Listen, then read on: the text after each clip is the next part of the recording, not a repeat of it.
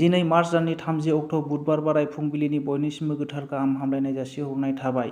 बयनिसिमबो गुरै खावलायहरनाय थाबाय अन्नानै चेनेलाव गाज्रि कमेन्ट दा खालाम। बिदिजोंनो समाजाव गुबुंले थासारि लाबोनो हागौ। आं रावखौबो गाज्रि रावजों फिननाय हरफिननो हास्थाया। आङो चेनेलाव गोदानै फैनाय भुल गोरोन्थिया जाखागोन। बबेबा गोरोन्थि जायोब्ला डाइरेक्ट मोजां रावफोरजों कमेन्ट खालाम। आंखौ सुद्रायनो नाजागोन। आरो आंनि चेनेलाव फैनानै आंनि रादाबखौ खोनासंग्रा साफ्रोमनिबोसिम रोजा साबायखर बावहरग्रोनाय जाबाय।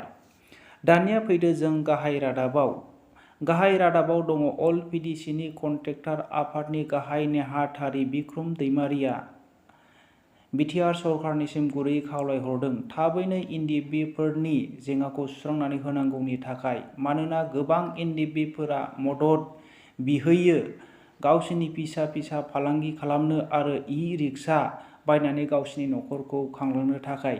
बिनि थाखायनो खेबसेयैनो 100 कौटिसो बाजेटआव दैखांनानै बिथांमोननो खेबसेयैनो बिथांमोननि जेंनाखौ सुस्रांनानै होयोब्ला बिटिआर सरकारनिसिम मोजां जागोन होननानै खावलायहरो।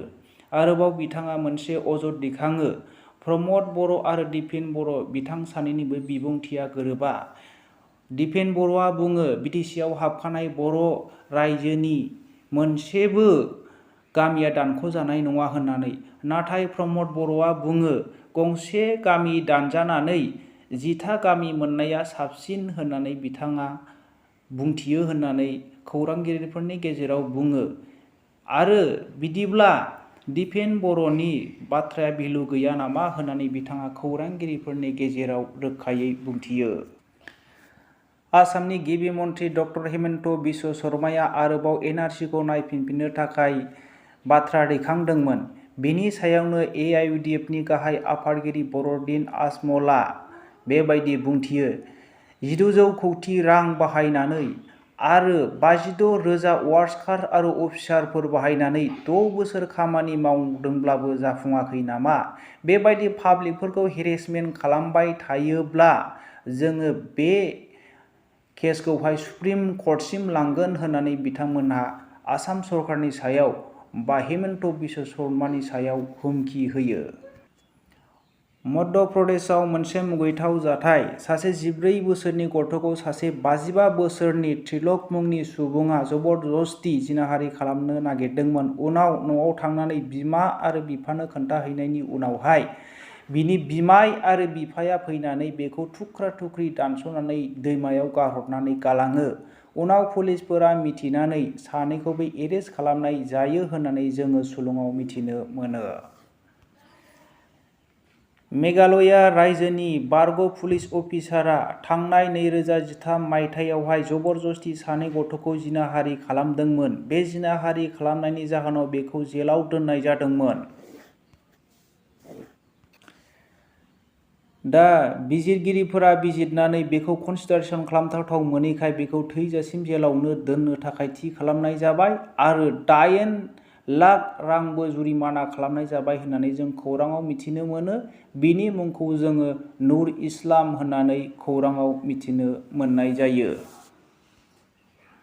खौरांगिरिफोरा पियुष हाजरिकानाव सोंनायाव पियुष हाजरिकाया बुङोदि बे बोसोराव बेसेबां दायनिगिरिफोरखौ साजा होनो हाखो होननानै सोंनायाव बे बोसोराव जोङो 2021 मायथाइनि मे मार्चनिफ्राय लानानै नैबे मार्चसिमाव जोङो गासै 29 मानसिफोरखौ जोङो गावथारनो हादों आरो 96 मानसिफोरखौ जखम खालामनो हादों होननानै बिथाङा खौरांगिरिफोरनि गेजेराव रोखायै बुंथियो। तामिलनाडुआव मोनसे मुगैथाव जाथाय जादों। 17 बोसोरनि सासे हौवासा गथ'आ गावनि 35 बोसोरनि बिमा, बिनि मुङा मिनिया लक्ष्मीमोन, बेखौ गावनि सानै लोगोफोरखौ लानानै बुथारदों होननानै जों खौराङाव मिथिनो मोनो। उनाव पुलिसफोरा हमनानै जेरा सेबनायाव बुङो बिमाया गोबां सेंग्राफोरजों गाज्रि सोमोन्दो लाखियोमोन, नायनो बानानै बिमाखौ बुथारदों होननानै खौरांनि गेजेरजों मिथिहोयो।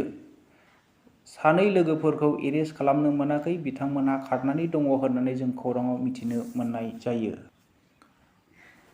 गुवाहाटीनि पितामुख नयनपुर जायगायाव थानाय बर'फोरनि 14 बिगा हाखौ गोबां गुबुन हारिनि सुबुंफोरा सेख'नो हास्थायदों होननानै जों खौरां मोननाय जायो। बे खौरांखौ मोननानै अल बड' स्टुडेन्ट इउनियननि गाहाय नेहाथारिजों लोगोसे गणेश दैमारि, राजेश बसुमतारी, खेंग्रा बसुमतारी, बिनधर बसुमतारी, नबिन बसुमतारी आरो खाथिनि गोबां सुबुंफ्रा खौरां लाहैदों होननानै जों खौरां मोननो हायो।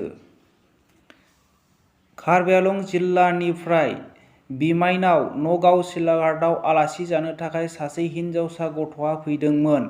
बेयावनो बिमाइनि न' खाथिनि रेल लामायाव खोमायाव हेडफन सोनानै थाबाय थाफुनाय समावहाय उल्थायै गंसे ट्रेना हरखाबै फैनायाव बे हिनजावसानि साजोंहाय ट्रेना खारलाङो आरो जायगायावनो जिउ खहा जायो। क'क्राझार आरो चिरांनि गोबां सुबुंफोरा मैया सोमावसारो। 1996 आरो 1998 आव बर' आरो सावथालजों जानाय गोबां हांगामा समाव अनसुंथाइ मोनाखै। आसाम सरकार बा तरुण गगৈ सरकारा बर'फोरखौ मोजां नोजोरजों नायाखै होननानै बिथांमोनहा मैया खौरांनि गेजेरजों बुंदों। सावथालफोरनो 50,000 करे आरो बर'फोरनो 10,000 करेल' होनाय जादों आरो गोबां सुबुंफोरा मोनथायाखै होननानै मैया जों खौरांनि गेजेरजों मिथिनो मोनो। बेनिखायनो बिटिआर सरकार आरो आसाम सरकारनिसिम नायफिननानै बिथांमोननो अनसुंथाइ होनांगौनि थाखाय बिथांमोनहा मैया सोमावसारो। आरोबाव आसामाव थानाय साहा बागाननि श्रमिकफोरा मैया सोमावसारबावदों। बांलाबारि धावलाबारियाव थानाय साहा बागाननि सुबुंफोरा बिथांमोनहा गावसिनि हाजिरा 205 हाजिरानिफ्राय बारायनानै 350 रांसिम होनांगौ होननानै आरो हानि मोनथाय होनांगौ होननानै बुङो। जुदि थाबै होआब्ला बिथांमोनहा थाद'आलासैनो सोमावसारगोन होननानै खौरांनि गेजेरजों रोखायै बुंथियो। दिल्लीयाव दिल्ली पुलिसनि नाजानायाव 40 कौटिनिबो बारा हेर'इन हमनो मोननाय जादों होननानै जों सुलुङाव मिथिनो मोनो। बे हेर'इनखौ नयनपुरनिफ्राय मणिपुर लामाजों लांदोंमोन होननानै जों मिथिनो मोननाय जायो। बे दुथांफोरनि मुंखौ दिल्ली पुलिसफोरा फोसावथ'नाय जायाखै। पान्जाब रायजोनि गोदानै दाजानाय आम आदमी पार्टीनि गिबि मन्थ्रि भगवत मान बिथाङा गावनि रायजोनि गासै नखरफोरनो न' जाग्रा आदार, दालि, आटा, माइरं राननानै हैनो थाखाय बिथाङा थि खालामनाय जाबाय। रावबो लाइनाव गसंनानै खस्थ' खालामनांगौ दरखार गैया, बयबो न'आवनो मोनगोन होननानै बिथाङा मैया खौरांनि गेजेरजों रोखायै फोरमायथियो। मैया प्रियंका गान्धी बान्द्रा कंग्रेसनि लिडार बिथाङा केन्द्रीय सरकारनिसिम मोनसे लाइजाम हरदों। 2 बोसोर कभिडनि जाहोनाव गोबां जवानफोरनो थिसननाय हाबाफारि लायाखै। बिनि थाखायनो गोबां बैसोगोनां सुबुंफोरा साख्रि मोनथावथाव दङमोन। दिनै बिथांमोननि बैसोआ बारलांबाय। बिनिखायनो थाबैनो थिसननांगौ आरो 2 बोसोर बैसो बारायनानै होनांगौ होननानै बिथाङा केन्द्रीय सरकारनिसिम मोनसे लाइजाम हरदों होननानै जों सुलुंनिफ्राय मिथिनो मोननाय जायो। 50 बोसोर आसाम आरो मेघालय सिमानि जेंनाया जोबनानै थाङाखैमोन। मेघालयानि चिफ मिनिस्टार कन्ट्राक सांमा आरो आसामनि chief minister doctor Himanta Biswa Sharma सानैजों निउ दिल्लीयाव थांनानै हम मिनिस्टार नखर मन्थ्रि अमित शाहनि खाथियाव थांनानै माखासे एग्रिमेन्ट खालामो आरो जायगायावनो 12था पइन्टआ जायगायावनो 6था पइन्टआ सुस्रांजायो होननानै खौरांनि गेजेरजों बिथांमोनहा बुंथियो आरो 6था पइन्टखौहाय थाबैनो सुस्रांनो होननानै मोननै रायजोनि सायाव एग्रिमेन्ट खालामो नखर मन्थ्रिनि सिगाङाव होननानै जों खौरां मोननाय जायो। बेजों लोगोसे दिनैनि खौराङा एसेनोसै। जोबनायसिम खोनासंनायनि थाखाय बयनिसिमबो साबायखर थाबाय। गोजोन्थों।